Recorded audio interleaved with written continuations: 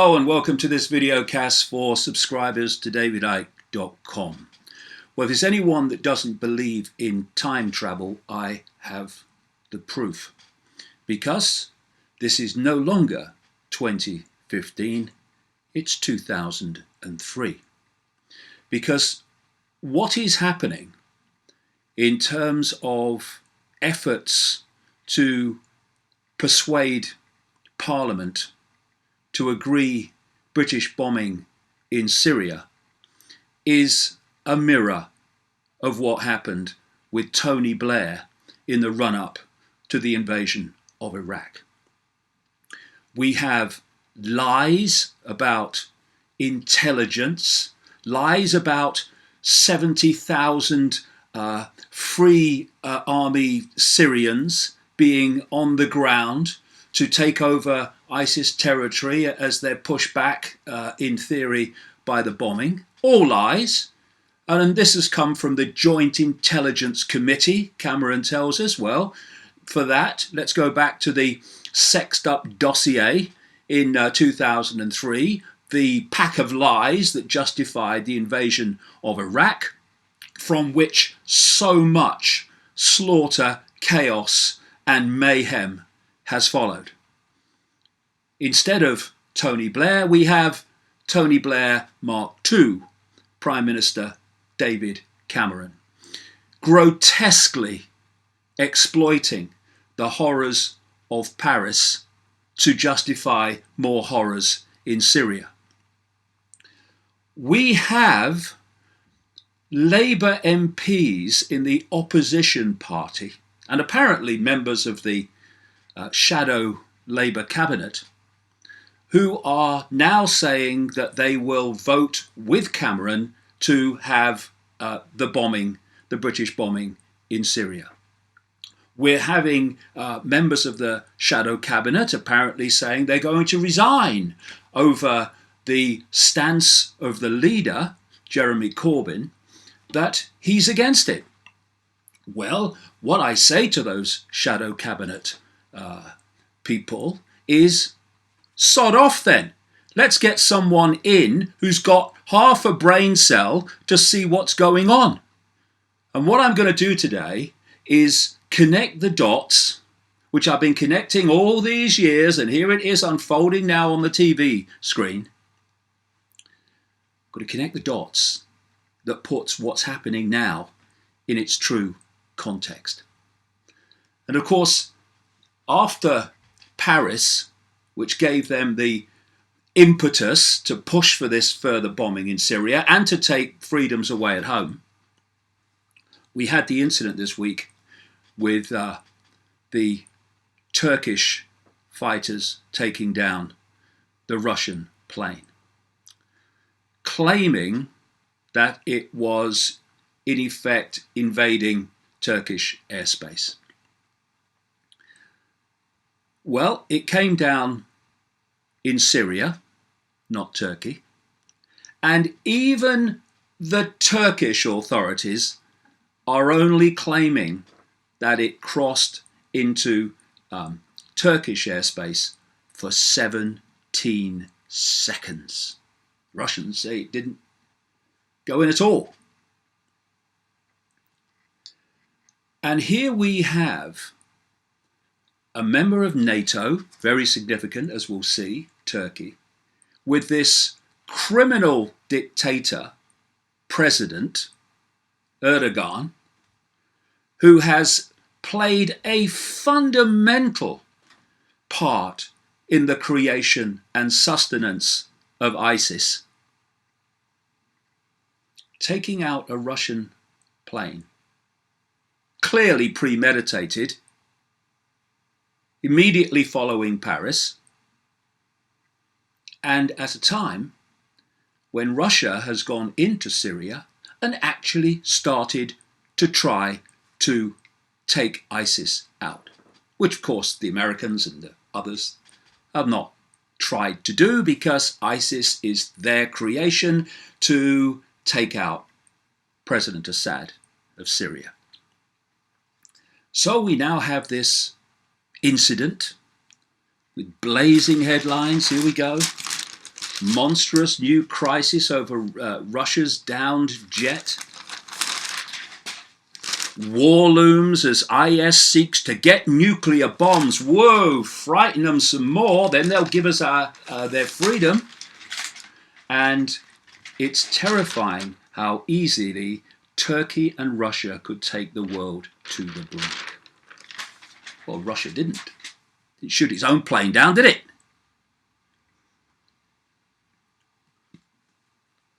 You may have seen some videos circulating on the internet, certainly they're on my website, in which I was talking some time ago, well before all this started, and further back in my books and talks, much further back in the talks, about the plan for a third world war involving NATO and the West, pitched against Russia and China, and the fact that the plan was to trigger this out of the Middle East. The question is, how did I know that? And the answer to that question puts current events into their true perspective. First of all, forget countries, forget individual countries, forget individual leaders. What you have, and I've exposed this in such detail in my books over decades, what you have is a hidden hand that works through governments, no matter what party is in government. They're always there. They're the constant. They work through secret societies and semi-secret groups and through agencies and organizations that we actually see in the public arena but don't know the real background to. And they have had a long-term plan for this world and the human race. And it is to create a global fascist, communist, call it what you like, same bloody thing in the playing out, a global fascist, communist, Orwellian state of total control involving a world government, world central bank, world army, microchipped population and then some, world single currency, cashless, no physical money. Been talking about that for 25 years. Look what's happening. And part of this plan of transforming the world into this global police state and centralized tyranny is a series of wars. There's nothing that changes a society more than a war, and if you want to change global society, you need global wars. Look how fewer hands power was in after the First World War than it was before. And again, pushing it on, how that continued after the Second World War. And there's always been a plan for a third world war to complete the process of creating a centralized global dictatorship, in the end justified by we must stop this ever happening again. What you're not being told is that those who will say that are the ones that have created all the mayhem to justify the transformation of global society. So what I'll do now is just put together a few pieces to put current events into context. In the year 2000, in September 2000, there was an organization in America called the Project for the New American Century. It was peopled by those who came in shortly afterwards to the Bush administration when it took power in early 2001. They included people like Cheney, became vice president, president in truth, and Rumsfeld became defense secretary, Wolfowitz, who became deputy defense secretary but was actually the real defense secretary, and a stream of others who came into significant positions of power in the Pentagon and elsewhere with the Bush administration in 2001. And they included a long list of prominent Zionists with fundamental connections to Israel.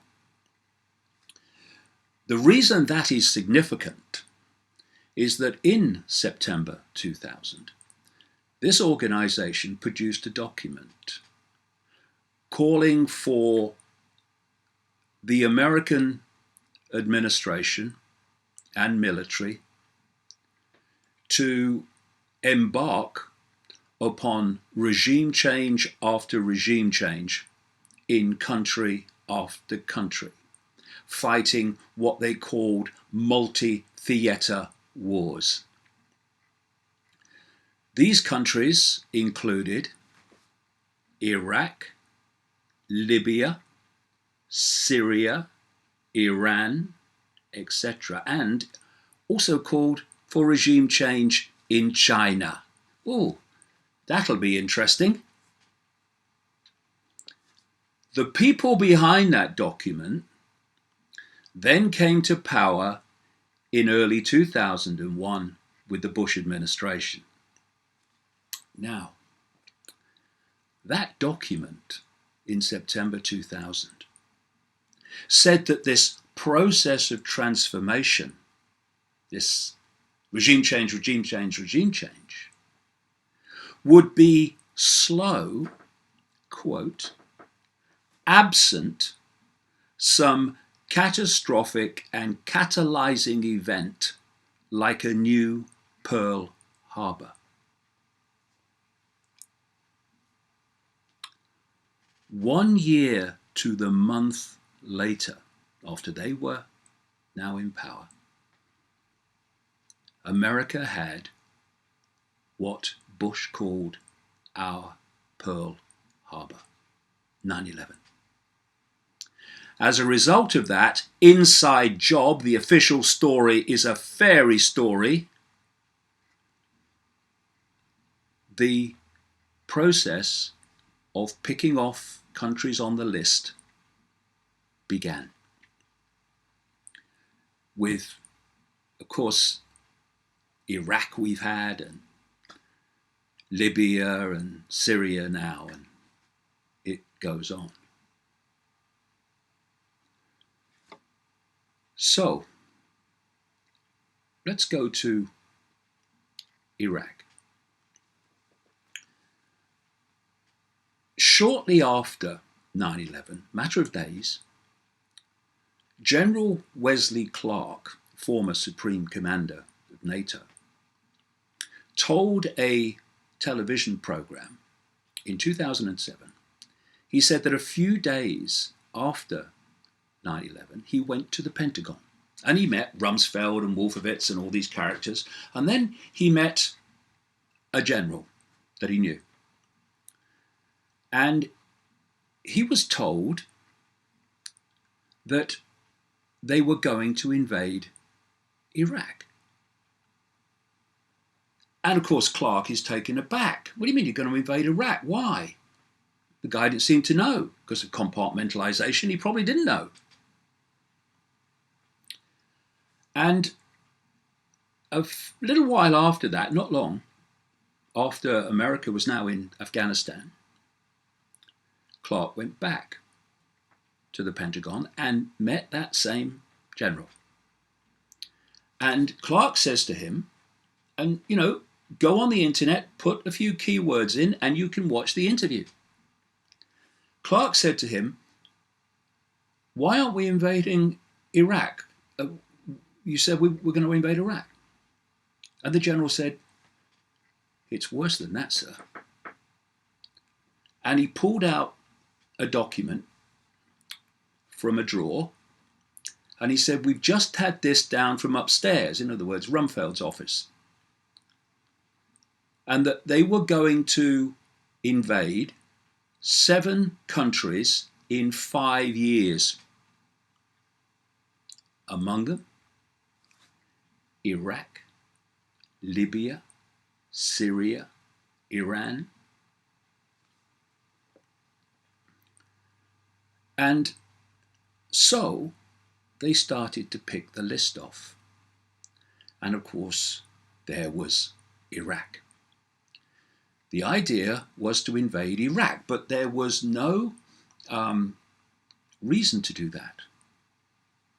This brings us to Tony Blair and George Bush and the infamous, blatantly mendacious, sexed up dossier talking about the threat of weapons of mass destruction from Iraq and Saddam Hussein that has now been exposed as a complete pack of lies. While Bush and Blair were saying right up to the Iraq invasion in 2003, it could still be stopped if Saddam Hussein will get rid of the weapons of mass destruction, which he didn't have. It's now known that Blair agreed with Bush on that invasion a year earlier. And I've shown in my books, years ago now, in fact in 2003, that it goes back even further. What was happening and why they needed the lie of weapons of mass destruction was they had this list of countries for regime change and acquisition, and they needed excuses. They go into Afghanistan, "Oh, get bin Laden, he was behind 9/11. What, from a cave in Afghanistan? Then Iraq, weapons of mass destruction. And in they go. And at around the same time, a weapons inspector called David Kelly, Dr. David Kelly, told a BBC reporter that that dossier justifying the invasion had been sexed up. In other words, it was full of bloody lies. And this was very dangerous to this lie to justify the invasion of Iraq, to pick it off the list. So he committed suicide. He committed suicide as much as I committed suicide yesterday. He was murdered, taken out. And the reason he was taken out, and the reason the official story of his suicide is so ludicrous and chock full of holes, is because he was taken out because he had the knowledge as a weapons inspector who had been to Iraq many times to know that it was all a scam. So, Iraq picked off. Untold numbers of people dead, slaughtered, maimed. A country torn asunder. And if you think, just contemplate the number of dead people that have resulted from the lies of Bush and Blair and the people behind them, where the real power is, it is unspeakable. And all this chaos that has followed on purpose, come to that, is the result of that same pack of lies from Blair and Bush. And far from making their millions since they left politics, they should both be under lock and key for the rest of their lives, with a key thrown mid-Atlantic.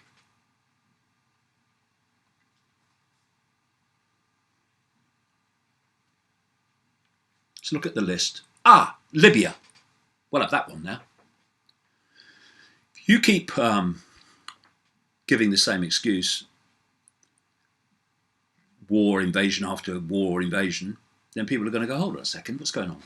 So you keep changing it, or changing it a bit. So what you do then, you want to get rid of Gaddafi in Libya. So what you do is you train, arm and fund freedom fighters, better known as terrorists, to start attacking the Gaddafi regime. And when he responds, you say that Gaddafi is killing his own people, and to protect them from violence, you have to go in and bomb the shit out of it, including all those civilian areas. Go on the internet, go onto an image find search engine and put in Libyan devastation, destruction, whatever, from NATO bombing, or worse to that effect, and see how the people of Libya were protected from violence. These people are not just psychopaths, they're super psychopaths, and they're running our world, and we need to take it back from them. So, Iraq was left in devastated, catastrophic chaos, violence, upheaval. Libya was left in chaos, violence, and catastrophic upheaval. And they moved on to Syria. And they did the same job. They funded, armed, and trained freedom fighters of the so-called Free Libyan Army. Moderates. They're moderate. Yeah. They killed people moderately. In very large numbers. And they started attacking the Assad regime in Syria. Same script this time. And Assad responded, he's killing his own people. And so these terrorists were funded, armed, well documented now, funded, armed and trained by the West, particularly America, on behalf of the Hidden Hand. And all this mayhem and violence has unfolded. Al-Qaeda, which was the organization blamed for 9/11 and connected to Osama bin Laden and Afghanistan, that justified them going in there, actually was the creation of the United States. Al-Qaeda stands for the base or the database, and it comes from the database of Mujahideen fighters funded and armed by the Americans to fight against the Russians in Afghanistan. And Zbigniew Brzezinski, Jimmy Carter's former national security advisor, who is part of this hidden hand cabal, has actually admitted that he funded and armed and all the rest of it, the Mujahideen, which became Al-Qaeda. So we fight Al-Qaeda. Well, we don't. These psychopaths do, or soldiers on their behalf. They never fight anybody. Sipping bloody coffee in Washington and Downing Street, saying, we're going to fight the terrorists. No, you're not. You ain't going anywhere. I'm going to send other poor buggers to do it. So here we have a situation where this Al-Qaeda, the creation of the United States, and they use it then to fight in the Middle East, because Al-Qaeda's dangerous terrorists, and then these Al-Qaeda characters are involved in the fight against Gaddafi. So now they're not so bad.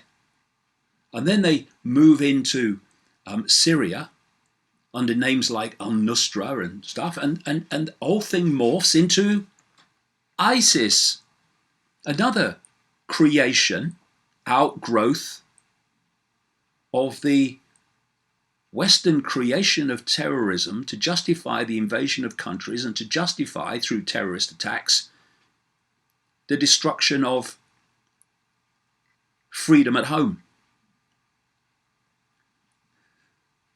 But what's happened is they were held up by Assad.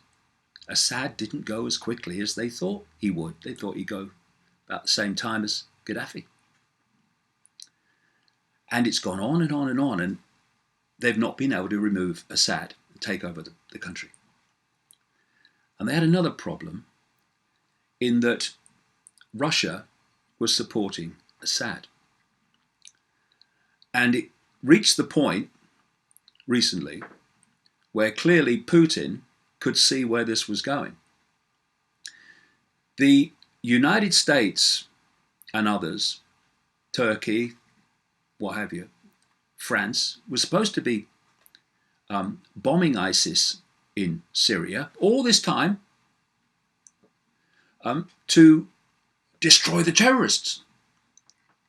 But they haven't been. They've just been getting stronger. And of course, what anyone with a brain cell could see, and certainly Putin could, is they weren't trying to remove ISIS because they wanted ISIS. They'd created ISIS to remove Assad. They want to destroy him. So Russia go in to Syria, invited by Assad, the only people bombing who have been, and they start bombing ISIS and meaning it. And suddenly ISIS start to get on the run. Woo, that's bloody bad news. That's the last thing we want. And here it is, the Russians now supporting Assad. We've done all this to get rid of him. Oh, what's going on? He's spoiling the party here. And so we had the attacks in Paris, immediately followed by the taking down of the Russian plane by Turkey on the most outrageous, with the most outrageous excuse, clearly premeditated. And look at where we are now, because there's different levels of this, and deep in the rabbit hole, where the hidden hand is well beyond the knowledge of at least most of these players. They have the very circumstances that I've been talking about all these years for the start of World War III. They have now, on one side, the United States, the rogue state of Turkey. They have France. And, of course, Cameron is desperately now, and seems to be getting support from these idiotic Labour MPs who won't listen to the common sense of their leader. They want Britain bombing in there as well. So there you have NATO. And what is the plan? To pitch NATO against Russia and China. So you have Russia now in Syria with warplanes, and they're bringing more high-tech, state-of-the-art equipment in as a result of the downing of this plane. They're also supported, as Assad is, by China. And the plan was and is for a Third World War involving NATO against Russia and China. And also in there is another target on the list, Iran, supporting Assad. So you have this powder keg situation that has miraculously unfolded, as I've been talking about it would in the light of their plans for years and years. It's unfolded like this because it's all been planned from the start. And, of course, the demonization of Russia started with Ukraine. Ukraine was subjected to the latest United States organized coup to remove an elected leader, not a nice man. No, how many of them are? But an elected leader. And in was put this guy, Poroshenko. WikiLeaks have revealed communications showing that he was an insider for the United States in Ukraine for years and years before. So they put their man in, and they start the demonization of Russia, and that's been followed by what's happened since. Do you know who orchestrated the coup and the handing over of power to America's man in Ukraine? A lady called Victoria Nuland, Assistant Secretary for European and Eurasian Affairs at the US State Department. Do you know who her husband is? Robert Kagan, co-founder of the Project for the New American Century. It's a movie. And you Labour MPs better get your fricking asses in gear. Start using some brain cell activity. Start doing some bloody research and realise that you are being had again, not by a new war, but by the continuation of the same war on human freedom and human liberty. And you know, we've had Blair, Labour Party, does what he did. Now we have his opponent, whoa, David Cameron, Conservative Party, doing exactly the same, continuing the same script. In America, we had George Bush, Republican, did what he did. And now we have President Obama, Democrat, opponent, whoa, doing the same. You know why nothing changes except that? Because they're all masks on the same face. And when that penny drops, human race, we might have a chance of sorting this out.